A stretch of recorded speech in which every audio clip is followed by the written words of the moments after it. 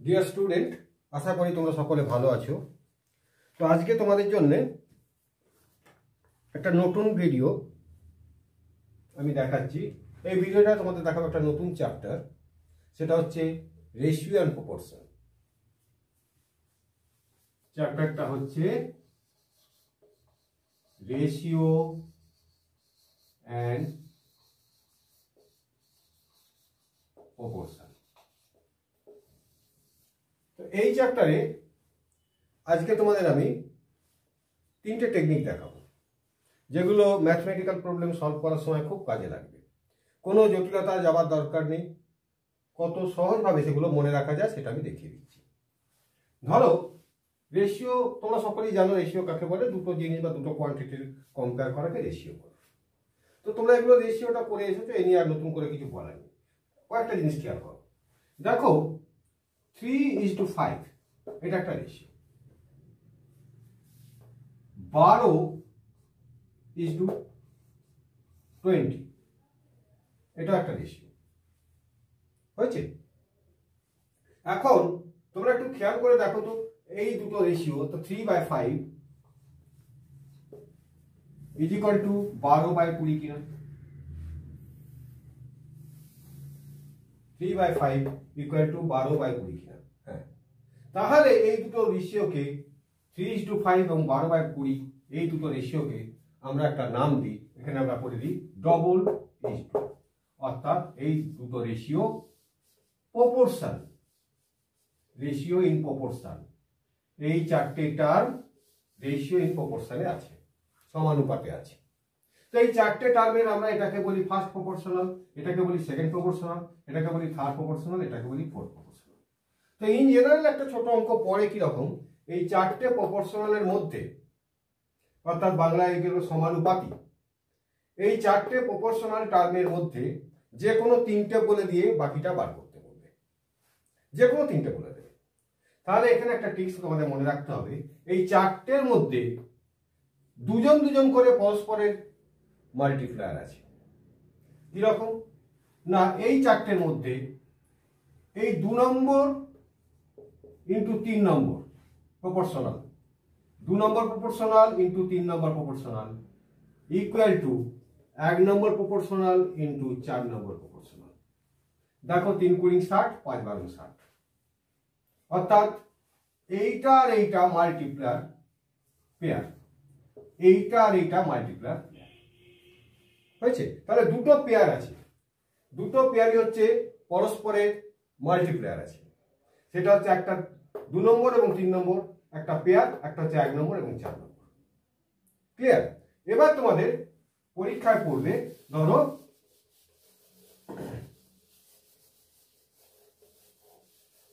এইরকম চারটে মাল্টিপ্লায়ার দিয়ে দেওয়া, 2, 5 double is to 7 is to 8 is to 20। এইটার বলে দেবে, এইটা বলে দেওয়া নেই। তাহলে এই ফোর্থ প্রপোর্শনালটা বলে দেওয়া নেই, এটা তোমাদের জানতে চাইবে এটা কত। তোমরা দেখবে তিনটের মধ্যে একটা মাল্টিপ্লায়ার প্লেয়ার আছেই, অর্থাৎ একটা গুণিতক পেয়ার আছেই। সেই দুটো কি আমি বলেছি 2 এবং 3, দেখো এখানে আছে 2 এবং 3, এরা তো একটা গুণিতক পেয়ার, এরা আছে, একজন নেই। তাহলে সবসময় যাকে জানতে চাইবে, অর্থাৎ এই ফিগারটা জানতে চাইছে, এটা ধরো x, তাহলে যাকে জানতে চাইবে নিয়ম হচ্ছে যে মাল্টিপ্লায়ার পেয়ারটা তুমি পাবে তাকে বাকিটা দিয়ে ভাগ। তার মানে 5 আর 8কে তুমি পেয়ে গেছো, এটা হচ্ছে মাল্টিপ্লায়ার বাই 2, তার মানে 20, দ্যাট ইজ 20 অ্যান্সার।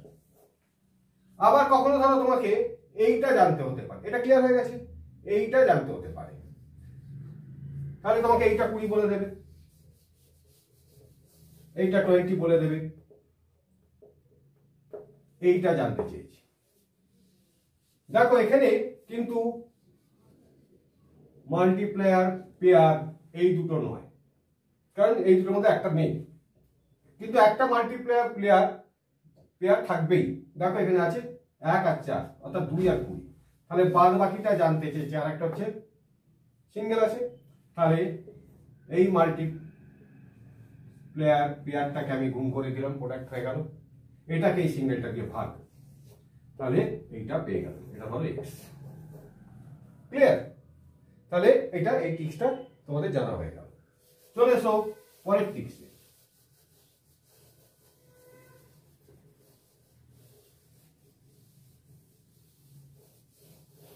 ধরো এ বি এবং সি, এ বি এবং সি, তার মধ্যে এ এবং বি বলল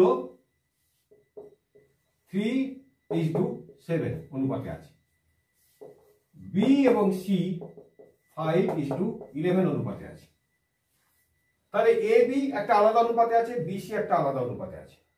কিন্তু কোনো জিনিস যদি তিনজনের মধ্যে আমি ভাগ করতে চাই, তাহলে কিন্তু একটা কমপ্লিকেটেড ব্যাপার আছে, ভাগ করতে আমি সহজে পারবো না, যতক্ষণ না এই তিনটে রেশিওকে একটা লিনিয়ার রেশিও করতে পারি আমি। অর্থাৎ একই রেখায় থাকবে এ বি সি, যতক্ষণ না করতে পারছি আমি ভাগ করতে পারবো না, কঠিন হয়ে যাবে, কমপ্লিকেটেড ব্যাপার হয়ে যাবে। তাহলে এর টেকনিকটা কি না, এর টেকনিকটা আমাকে বার করতে হবে A is to B is to C. এর সোজা টেকনিক আমি একটা দেখিয়ে দিচ্ছি। এ বি 3:7, এরকম 3:7 লিখবে, বি সি 5:11, নিচে লিখবে 5:11। এবার বাংলায় দ দেখেছো, বাংলায় দ বা ইংরেজি রেল, এটা দ বা এন হলো, অর্থাৎ এই দ অনুসারে গুণ। তারপরে 3-5, এ হলো 3-5 সমান 3-5 15 is to 5-7 35 is to 7-11 77। That is the linear ratio A B এবং সি হলো। তাহলে টেকনিকটা হচ্ছে ওপরে এটা লিখবে, নিচে এটা লিখবে, 3-5 7-11, এটা দ এর মতো গুণ, 3-5 তারপর 5-7 ইজ টু তারপর 7-11। ক্লিয়ার হয়ে গেল? তাহলে এইটা যে এখানে আমার লিনিয়ার রেশিও ইকুয়েশন হয়ে গেল, তাহলে আমি এইটা অনুযায়ী কোনো একটা জিনিস তিনজনের মধ্যে ভাগ করে দিতে পারবো, অর্থাৎ তিনজনে এই রেশিও আছে। এখানে আরেকটা প্রশ্ন করে যে এ বাই সি কত, এ ইজ টু সি কত। এর টেকনিকটা কি? এর টেকনিকটা হচ্ছে, তোমাদের একটা জিনিস তোমরা নিশ্চয়ই জানো যে একটা অনুপাতের এইগুলোকে ফার্স্ট টার্ম বলে, এটা সেকেন্ড টার্ম। এই ফার্স্ট টার্মের একটা নাম আছে, সেটার নাম হচ্ছে অ্যান্টিসিডেন্ট, আর পরের টার্মটার একটা নাম আছে কনসিকুয়েন্ট। ঠিক আছে, এটার নাম হচ্ছে অ্যান্টিসিডেন্ট, এগুলোকে বলে কনসিকুয়েন্ট। তো এ বাই সি বার করবো, এর সিস্টেমটা কি? এর সিস্টেম হচ্ছে প্রোডাক্ট অফ অ্যান্টিসিডেন্ট বা first term, products of first terms is to products of second term হয়েছে, বা product of antecedents is to product of consequence হলো। তাহলে এখানে কত, এখানে হচ্ছে দেখো এ বি এটা, বি সি এটা, তাহলে এদের প্রোডাক্ট ফার্স্ট অ্যান্টিসিডেন্টের প্রোডাক্ট হচ্ছে 3:5, 3:5 ইজ টু সেকেন্ড টার্ম 7, এখানে সেকেন্ড টার্ম 11, 7:11, অর্থাৎ 15:77। এটা হচ্ছে কি, এটা হচ্ছে A is to C or A by C হয়ে গেল। এবার দেখো পরের আইটেমটা চলে যাচ্ছে। দেখো এটা একটা নতুন টাইপ, যেখানে A is to B, B is to C, C is to D দেওয়া হয়েছে। তো এর লিনিয়ার রেশিওটা আমাকে বার করতে হবে। তো এই টেকনিকটা কিরকম হবে দেখো, এই টেকনিকটা হচ্ছে আমি বার করব A is to B is to C is to D. A is to B is to C linear ratio বার করার সময় আমি যে পদ্ধতিটা, যে ড্রয়িংটা দেখিয়েছিলাম, এটা একটু অন্য টাইপের। দেখো কিরকম হবে না, আমি এই রেশিওগুলো লিখবো এরকম 2 3 7 5 7 5 1 4 1 4। তো টেকনিকটা হচ্ছে প্রথমে আমি এই তিনটে গুণ করবো 2 7 1 হলো, তাহলে 2 ইন্টু 7 ইন্টু 1 এটা এ হয়ে গেল ইজ টু 3 7 1 অর্থাৎ এটা 3 into 7 into 1 3 5 1 is to 3 is to into 5 into 1 is to 3 5 4 3 is into 5 into 4 দেখো এই সোজা। তাহলে এইগুলো আমি পরিষ্কার জায়গায় একটা দেখিয়ে দিচ্ছি। ধরো 2 3 7 5 and 1 4 এই দুটো স্ট্রেট লাইন হবে, এটা একটা স্ট্রেট লাইন, এটা একটা স্ট্রেট লাইন, অর্থাৎ এই দুটো ইন্টু তারপরে হবে 3 7 1 এটা, তারপর 3 5 1 অর্থাৎ তোমরা প্লেইং কার্ডসের ডায়মন্ড দেখেছো, ডায়মন্ডের চিহ্নটা এরকম। তাহলে এইখানটা হবে কি, এইখানে একটা হবে ধরো 2 এটা 3, তাহলে এই স্ট্রেট লাইনটা হবে 2 7 এটা 1, এই একটা স্ট্রেট লাইন তোমাদের প্রথম রেশিওটা 2 7 1 অর্থাৎ স্ট্রেট লাইনে। তারপরে ডায়মন্ড সিস্টেমে 3 7 1 3 7 1 এবং 3 5 1 3 5 1 3 7 1 এটা ডায়মন্ড সিস্টেমে গেল।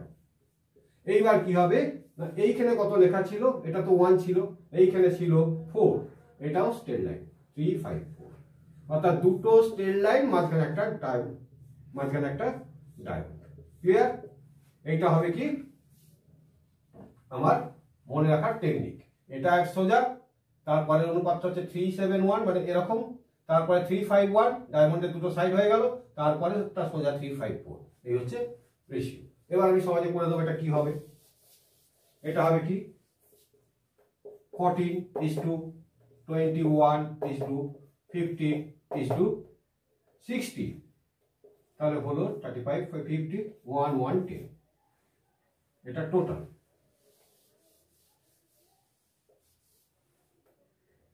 সরি, তাহলে এই হলো তাহলে রেশিও। ক্লিয়ার? তাহলে প্রথমে আমি এই রেশিওগুলো এভাবে লিখে নেব, তারপর এই স্ট্রেট লাইন বরাবর প্রথমটা, দ্বিতীয়টা এইরকম ডায়মন্ডের একটা সাইড, তৃতীয়টা 3 5 1 ডায়মন্ডের আরেকটা সাইড, তারপরে আরেকটা স্ট্রেট লাইন 3 5 4 অর্থাৎ এই সাইড। ক্লিয়ার? এই অনুযায়ী তিনটে রেশিও, এই চারটে রেশিও আমার বেরিয়ে গেল, A is to B is to C is to D। Clear? এবার দেখো তোমাদের সাপোজ আমি একটা অঙ্ক দেখাচ্ছি।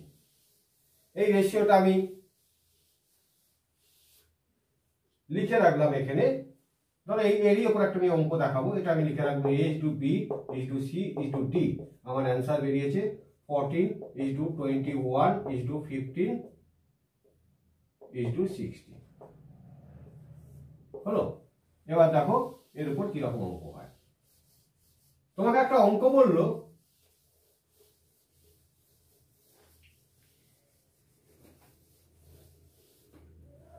যে চারজন লোক একটা ব্যবসায় ইনভেস্ট করেছে, তো তাদের আমি লিনিয়ার রেশিও পাচ্ছি না, অর্থাৎ এ ও বি তাদের দুজনে যে মূলধনটা দিয়েছে তাদের অনুপাত ব্যবসায় ধরো রাম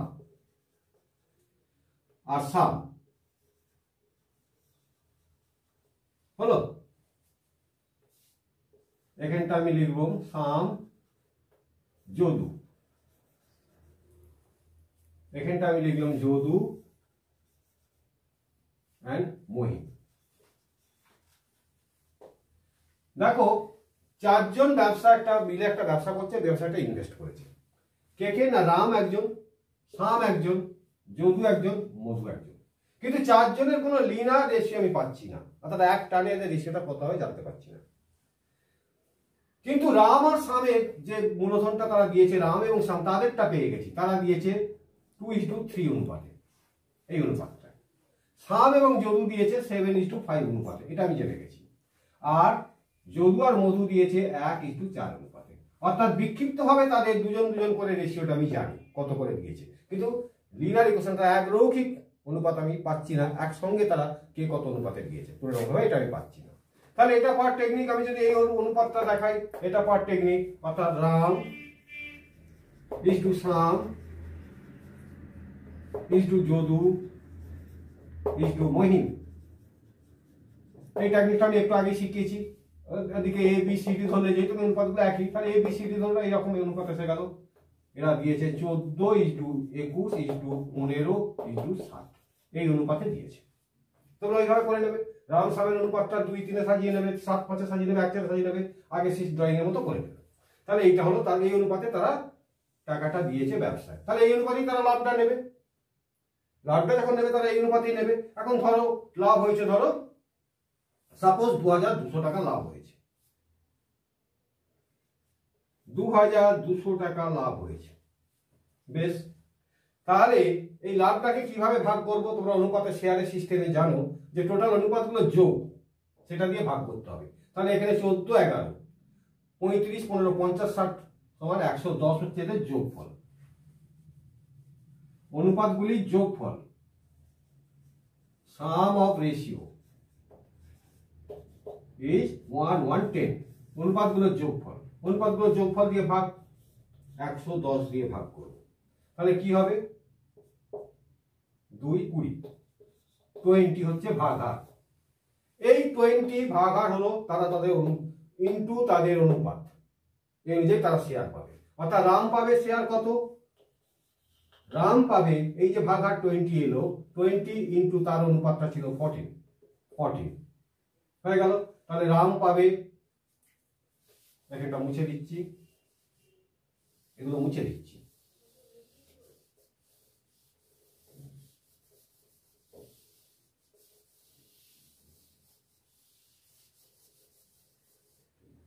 তাহলে রাম পাবে 20 ইন্টু 14, তার মানে 280 টাকা।